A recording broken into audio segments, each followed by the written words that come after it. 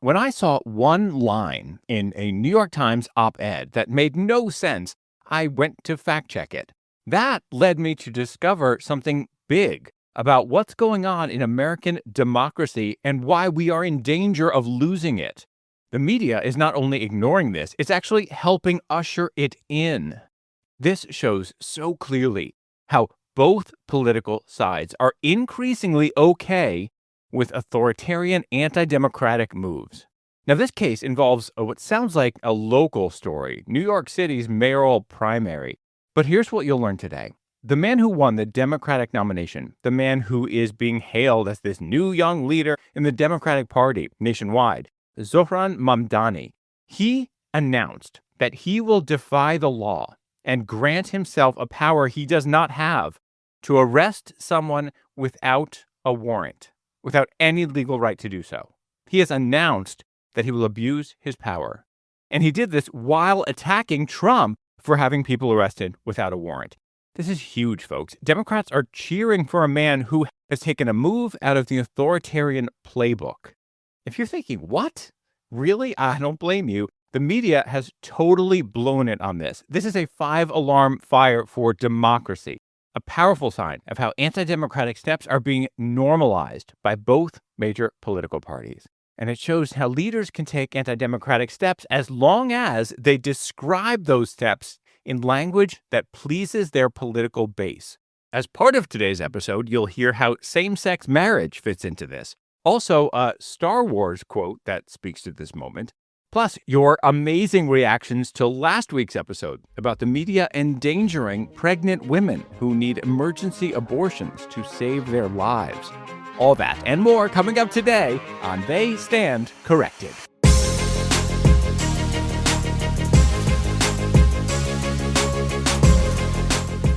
Hello and welcome. How is everyone?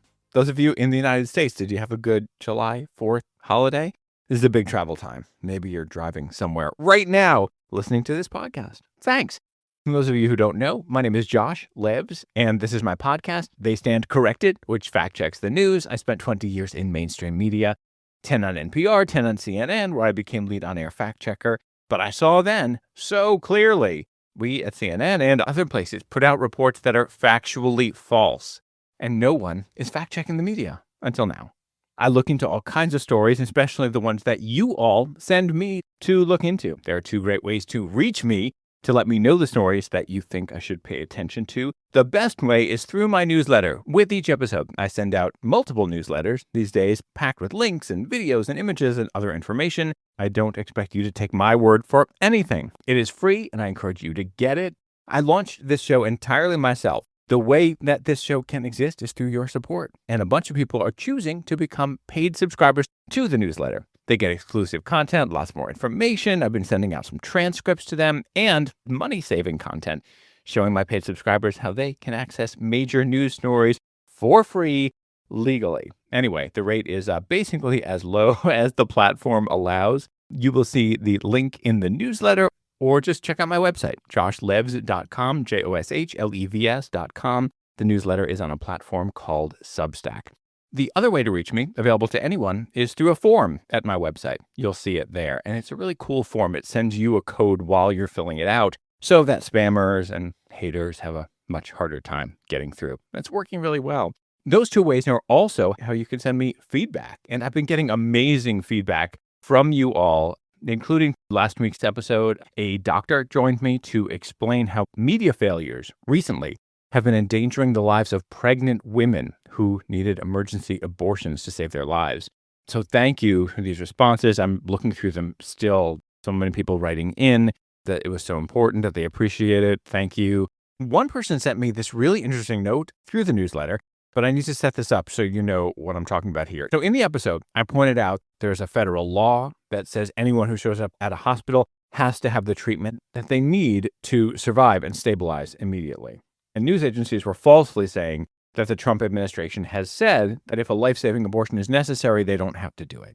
Quite possible that some people in the Trump administration wanted that confusion to take place because that confusion can lead places to refuse abortions, even in those cases. Listener Lori Blinderman wrote me this. She wrote, I think it's also important to note that people on the left amplify these headlines to vilify Trump, as if the truth isn't bad enough. The left uses these headlines to stoke liberal hysteria, probably even more than people on the right, hoping to prop up the illusion that even life-saving emergency abortions are illegal. Anyway, you'll learn more about that in last week's episode. Lori, thank you so much for that.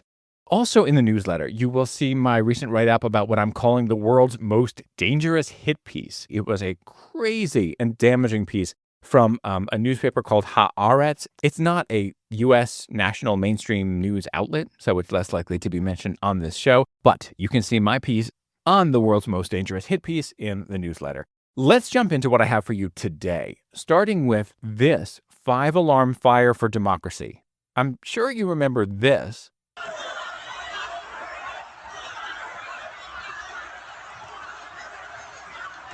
So for what she's done, they should lock her up. In 2016, when Trump was running for the presidency, he had a great time as his crowds chanted "lock her up" about Hillary Clinton. That was dangerous and anti-democratic. In democracies, we don't lock up our political opponents. We have 3 branches of the federal government. There would have to be charges and a trial, which, by the way, Trump ended up facing after he was out of office. He is a convicted felon, but was not locked up.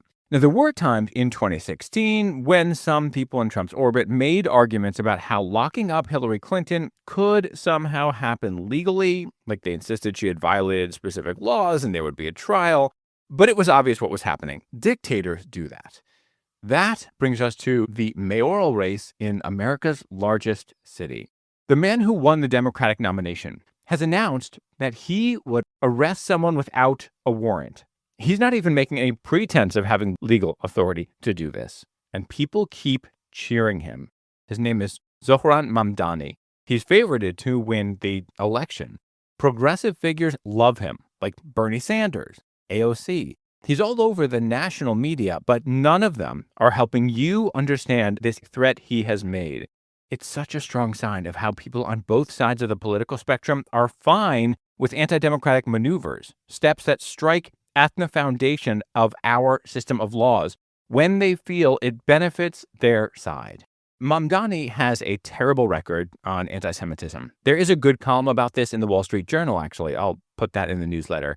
He co-founded a chapter of the deeply anti-Semitic group called Students for Justice in Palestine.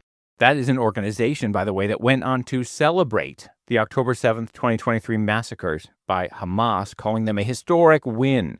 Mamdani himself has refused to make a statement in which he specifically condemns those attacks, just going after Hamas.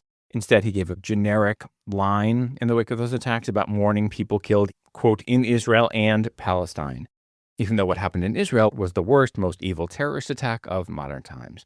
Just a few days after that, he was already accusing Israel of being on the brink of genocide, which is insane. I laugh slightly because it's tragicomic. He supports the existence of Muslim states, but refuses to say he's okay with the existence of one tiny Jewish state. The one thing you may have heard about him in this respect is that he refuses to condemn the phrase globalize the intifada, which is a call for slaughtering people, especially Jews. So, given all this, you probably won't be surprised to learn that over at the New York Times opinion section, there are people who love him. Ezra Klein spoke glowingly about Mamdani. But here's the one that caught my eye. Michelle Goldberg, she's an opinion writer over there. She published a piece with this headline: "Plenty of Jews love Mamdani." Now, here's what I was looking into at first, and follow me here. You might think, did Josh just switch to a different topic? If you're new to this show, you'll learn this is something I do sometimes in order to show a really important journalistic principle. Okay. In the 2024 election, based on the numbers we have now, about 15% of black voters voted for Trump.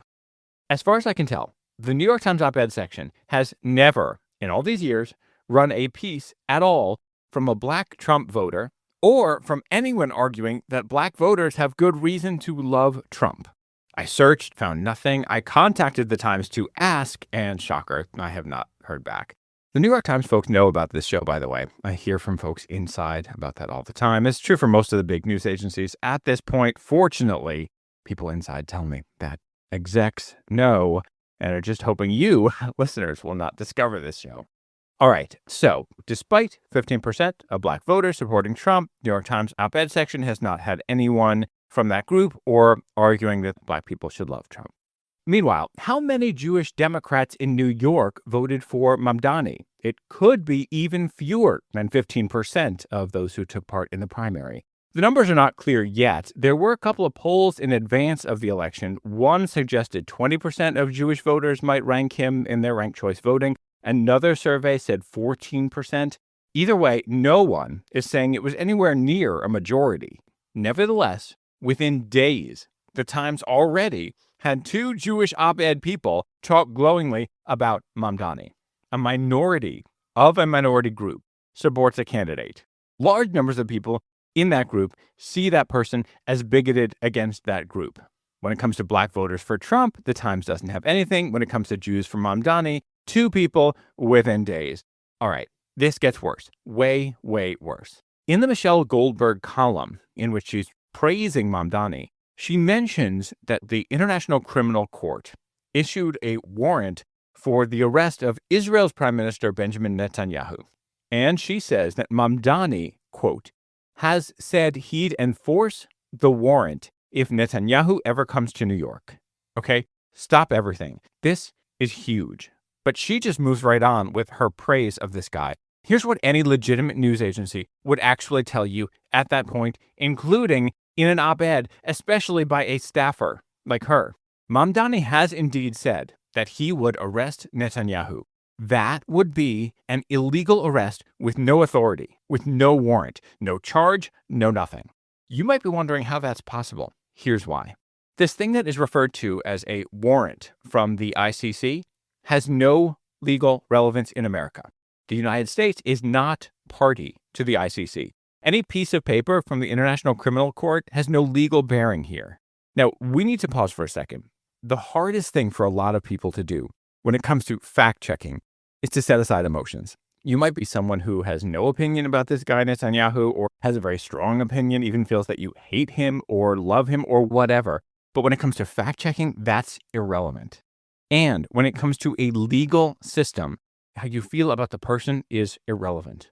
Democracy only works if it applies equally to everyone.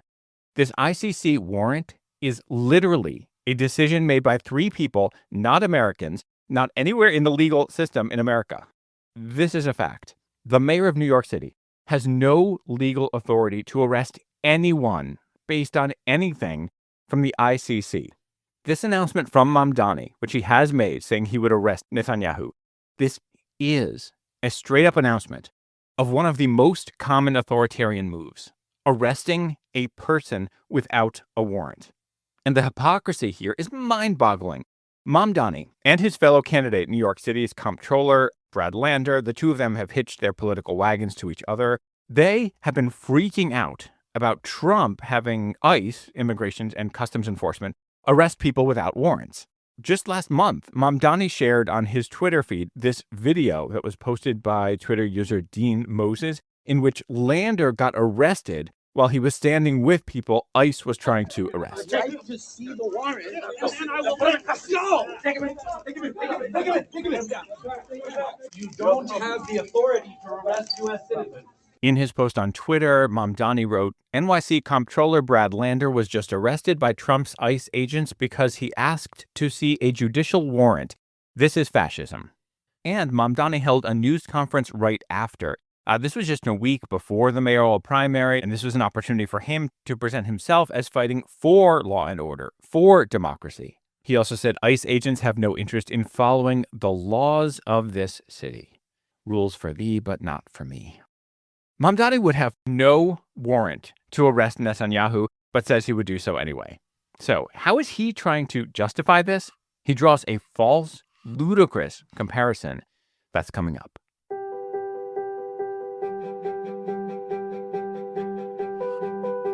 And now I'm pleased to introduce our speaker today, Josh Levs.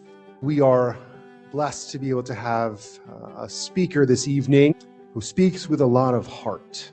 An outstanding author, a principled and groundbreaking journalist, a really engaging speaker and thinker. Broadcaster, journalist, and host of They Stand Corrected, the podcast fact-checking the news. Thank goodness. Josh spent 20 years reporting for NPR and CNN, where he developed unique expertise on nonpartisan fact-checking. He has been called Truth Seeker in Chief. Josh has won multiple Peabody Awards, Murrow Awards, and awards from the AP, from the Society of Professional Journalists, the National Association of Black Journalists, and more. His book, All In, was published by HarperCollins and won the Nautilus Gold Award for promoting positive social change. He has spoken to the United Nations, Congress, Google. And of course, I think is very cool, won a debate at Oxford. He launched his podcast and newsletter called They Stand Corrected to provide listeners with the truth in a world of disinformation. Clearly, he is a much-needed voice during these crazy times. It's my pleasure to introduce Josh Levs to you today. Please welcome. Please join me in welcoming Josh Levs.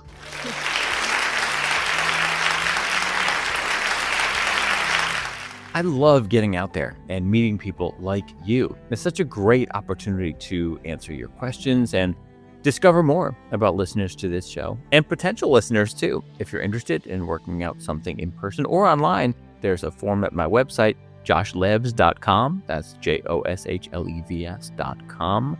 You'll find a link in the show notes. Just click bookings.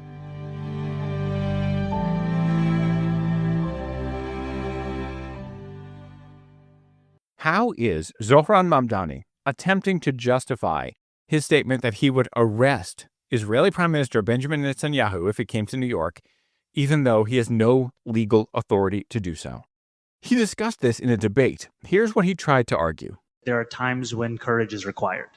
There was a time when it was not legal for same-sex couples to be married in this country. And still, then Mayor Gavin Newsom issued marriage certificates for those very couples in defiance of that legislation. What I am trying to showcase is a belief that international law is something that should be honored, should be respected, and something that we should actually bring our city into compliance with. That quote right there is so similar to what people on the far right do. A candidate for office makes an anti-democratic threat to go beyond what they can do legally, and they try to bury it under language that speaks to their base. But unlike the media, it took me no time to fact-check that and see what's crazy about it. First, let's talk about this term international law. One of the first episodes of this show was all about international law. Instead of rehashing it here, I'll post a link to it in the newsletter, and you can just scroll back in your feeds to the early episodes of this show. Actually, if you haven't heard them, I encourage you to listen to all of them, especially the early ones in order. The first several were designed to be heard in order. All right, short version here. The media uses that term wrong all the time. They reference international law and hyperlink to something that is not an international law, like a UN resolution. And it's perfectly normal for most people not to know what international law is. The media should learn the meaning of any term it ever uses. And if you are seeking public office, you also have a responsibility to know what you're talking about, especially when you're trying to use that to announce that you would take illegal action in America. It's not like there's this higher law that applies to all of humanity. Multiple countries can form treaties with each other or agree to certain rules. International because it involves multiple countries. It does not speak for the whole world. It's also a non-democratic system because so many of the countries that make these agreements are not democracies, which means the people in those countries did not have the opportunity to choose their leaders, who then agreed to these treaties with other countries. The only reason the ICC could even weigh in at all on the war between Israel and Hamas is that Palestinian government, which in Gaza is Hamas, joined the ICC specifically so that it could get the court to make rulings against Israel. And an ICC ruling is not an international law anyway. The ICC can look at international laws, but an arrest warrant is not an international law. Meanwhile, in that debate, Mamdani did not mention that Hamas leaders are also wanted by the ICC. And that reference he made to same-sex marriage? Hell no. What San Francisco did in 2004 was the opposite. San Francisco leaders argued that they had legal authority to issue marriage licenses to same-sex couples under the United States Constitution, despite California not allowing it. They made an argument within the U.S. legal system. Here was Therese Stewart, then Chief Deputy City Attorney, arguing before the state Supreme Court. In 1996, the United States Supreme Court issued a decision in Romer versus Evans, for the first time recognizing equal protection rights on the part of gay men and lesbians, and holding that a statute that attempted to prevent, or a constitutional initiative actually, that attempted to prevent gay men and lesbians from getting local legislatures and state legislatures to adopt anti-discrimination laws was unconstitutional and violated equal protection rights. For the purposes of today's episode, you don't need to know what those legal specifics are. The point is, there was a legal argument. There is no legal constitutional argument for the mayor of a city to arrest any human being without a warrant. In fact, the Fourth Amendment specifically says that's not allowed. And the language of the Fourth Amendment applies to anyone in the country, not just citizens. Arresting a person whom you do not have the authority to arrest is what authoritarians do. It's not courageous. It's abuse of power.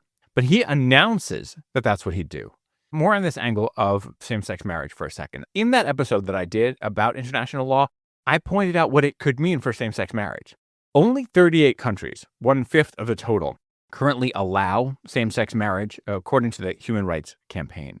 The vast majority of the world opposes it, including everybody in Middle East and North Africa except Israel. When I was in Israel the other day, pride flags were everywhere for this big pride parade that had to be canceled. In the episode about how we got out, I explained what it was like to cross the border into Jordan and just immediately see that very, very different culture. All the Islamic countries that people on the far left praise and adore ban same-sex relationships. A bunch of countries could get together and make an agreement that they will never allow same-sex marriage. You know what that could be called? An international law. And then what? Would the mayor of New York City think he has the authority to enforce that? Now, you might hear that and think, that's ridiculous. He would never. But this is how democracy dies. This, when people seeking power and people who gain power in government refuse to follow laws that are there to ensure the limits on their power. Those limits are fundamental to democracy.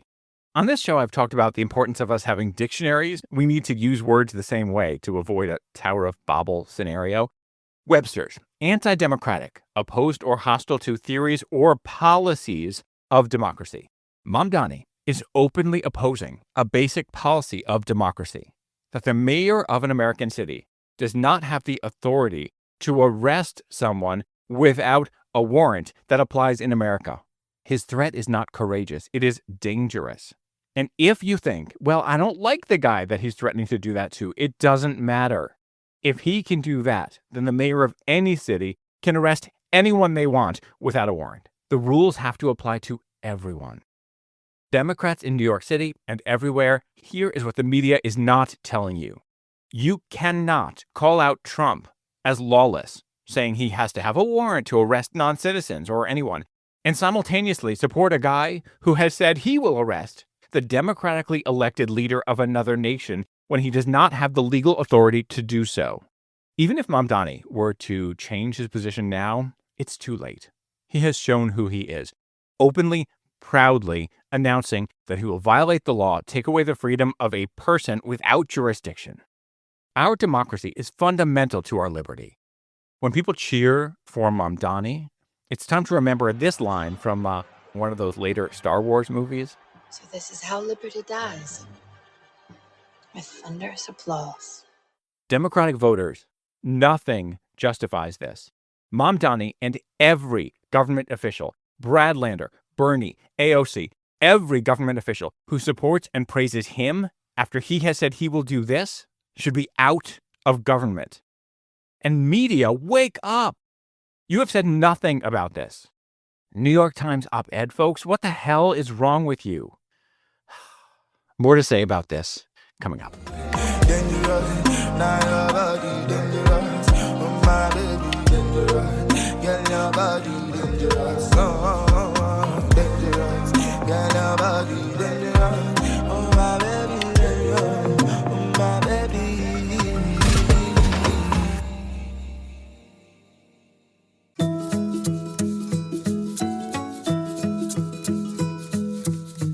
the so-called One Big Beautiful Bill is now law. 2 of the 3 words in its title are true. It is singular and large.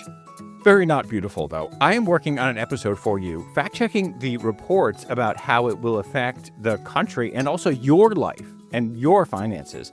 This is complex. The claims the media brings you are sourced to other groups, but it takes more than that to really fact-check something. There are things I'm looking into for next week. And that is a strong sign of why this show needs your support. The more folks support They Stand Corrected, the more time I can spend on this instead of other work. You can make a contribution on PayPal. It's just paypal.me/JoshLevs, or you'll see a link in the show notes. Or best of all, become a paid subscriber to the newsletter. Actually, check out the newsletter today because I have been putting pieces out about that bill, helping you understand some basics as I prepare the episode. You'll find it on Substack at They Stand Corrected, or just go to my website, joshlevs.com, and click Newsletter. To check myself on all this, I reached out to a great guy who was on this show once, Joel Margolis. He's the rare person who actually knows what international law is and isn't. He's legal commentator for a group called the American Association of Jewish Lawyers and Jurists. He was in episode 51.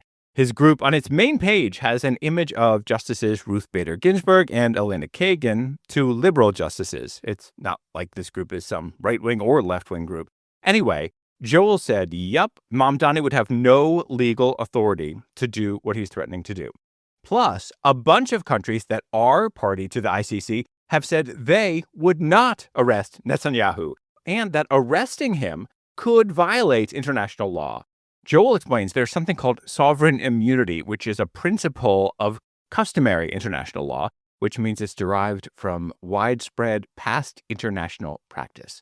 And he said Israeli leaders are not subject to the ICC because Israel, like America, is not a party to it. So he says the ICC doesn't even have the legal authority to issue a warrant for Israeli leaders. It's all a tangled mess. But you know what's not a mess? What's not confusing at all? A New York City mayor does not have the right to do this. And so Democrats supporting Mamdani is a huge gift to the Republican Party. Because now anytime any Democrat speaks out about Trump and ICE arresting people without a warrant, any Republican can just say, you support a guy who has announced he would do that, and he called it courageous. Having been in the news all these years, I can already tell you what Mamdani and his supporters will likely do if voters start to pay attention to this. His team will probably put out some word salad crazy gobbledygook to try to make it sound like there's some way to justify what he has said. They'll smother it in language to please voters, and people will applaud for it. And then the mainstream media will play those clips, including the applause, and Americans won't learn from the media what he is actually doing and how dangerous it is. All I can do is tell you what the facts are here. I want to hear your questions, ideas, everything. As I mentioned at the top, there are 2 ways to reach me. The best is through the newsletter, and the other is the form at my website. Oh, I'm thinking of putting out a video. This podcast is audio, but this issue is so pressing, I might need to turn on my webcam and just record a little video right after I finish recording this, actually, just to try to reach as many people as possible.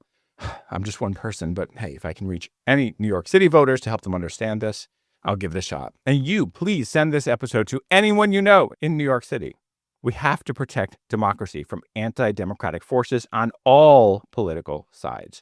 Anyway, if I do a video, you'll see it pop up in the newsletter and my Instagram.